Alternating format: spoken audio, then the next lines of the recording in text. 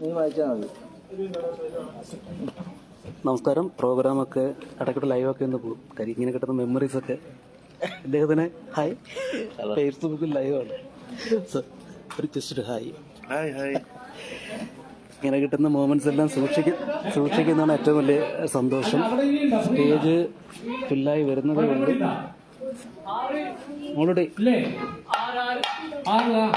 മോളുടെ Facebook live സാമവേദം പഠിച്ചു അത് നല്ലപോലെ പാടും. അസധ്യമായിട്ട് പാടും. ഞാൻ കേട്ട് പാട്ട് ഭയങ്കര താളമാണ്. എന്തിനൊന്ന് പറയാടാ.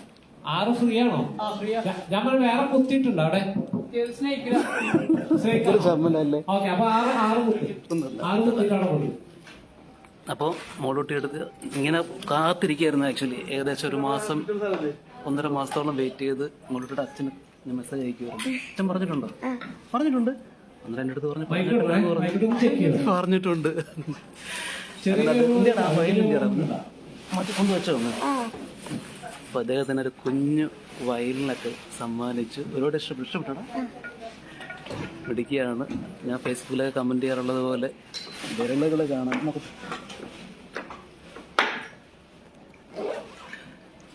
അതാണ് നമ്മുടെ മോളൂട്ടി. അപ്പൊ അങ്കിൾ നമ്മുടെ ആ 1 2 3 4 അതുണ്ട് അത് വെച്ചേക്കുന്നില്ല. ആ സൈഡിലുണ്ടാവും. അടിച്ചു പൊളിച്ച് വായിക്കുക പറയണ്ടല്ലോ. അപ്പം വേറെ ഒന്നുമില്ലടാ. നടക്കട്ടെ അല്ലേ ചേട്ടാ. നമ്മുടെ കടം വിദ്വാൻ സാറുണ്ട് ഇവിടെ കൂടെ. 6 മണിക്കാണ് പരിപാടി. ആൾക്കാരൊക്കെ വന്ന് തുടങ്ങുന്നേ ഉള്ളൂ. സെറ്റിങ്സ് എല്ലാം നടന്നുകൊണ്ടിരിക്കുന്നു.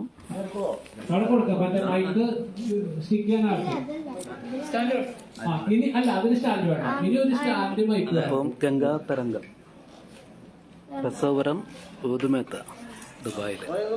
അപ്പോൾ അടുത്ത പ്രോഗ്രാം വരുമ്പോഴത്തേക്ക് ലൈവിൽ വരാം. ഓക്കെ.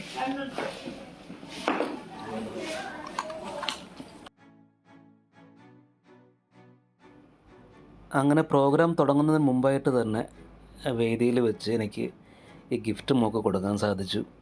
ഗിഫ്റ്റിൻ്റെ കാര്യങ്ങളൊക്കെ ഞാൻ കഴിഞ്ഞ വ്ളോഗിൽ പറഞ്ഞിട്ടുണ്ട്. അതുപോലെ ഈ ഗിഫ്റ്റ് കൊടുക്കുമ്പോഴുള്ള ഒറിജിനൽ വോയിസും ഒക്കെ കഴിഞ്ഞ വ്ളോഗിൽ ഞാൻ കൊടുത്തിട്ടുണ്ട്.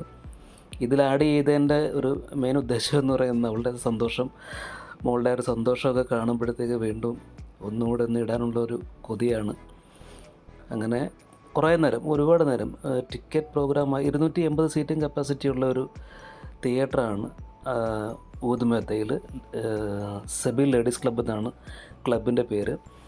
അപ്പോൾ അവിടെ പ്രോഗ്രാമിൻ്റെ ആൾക്കാരും അവിടുത്തെ ആൾക്കാർ മാത്രമേ ഉണ്ടായിരുന്നുള്ളൂ. ആൾക്കാർ മീൻസ് ആ പ്രോഗ്രാം കണ്ടക്ട് ചെയ്യുന്ന ആൾക്കാർ മാത്രമേ ഉണ്ടായിരുന്നുള്ളൂ. ഞാൻ ഒരു 3 മണിക്കൂർ നേരത്തെ എത്തി അവിടെ. മോളെ വെയിറ്റ് ചെയ്ത് മോളെ കണ്ടു കുറച്ച് നേരം. അതുകൊണ്ട് ആ സമയം കിട്ടിയതിനാൽ നമുക്ക് കുറച്ച് നേരം സംസാരിക്കാനും കളിക്കാനും കാര്യങ്ങൾ പറയാനൊക്കെ ഉള്ള സമയം കിട്ടി. വീഡിയോ എടുക്കാനൊക്കെ സമയം കിട്ടി.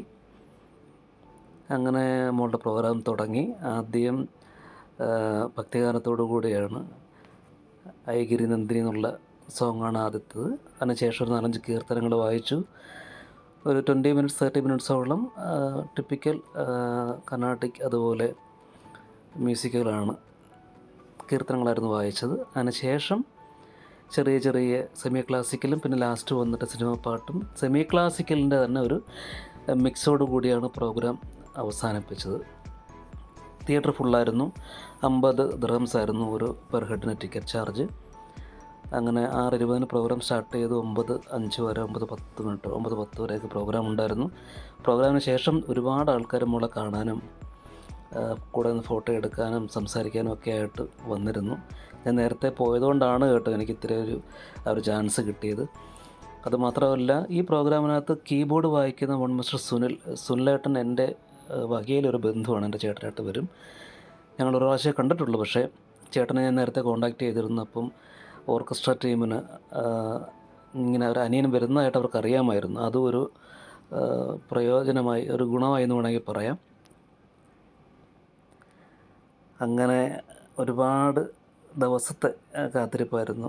മോളോടുള്ളൊരു ഇഷ്ടം, വായനയോടുള്ള താല്പര്യം, അതാണ് അങ്ങോട്ടേക്ക് എത്തിച്ചത് ശരിക്കും.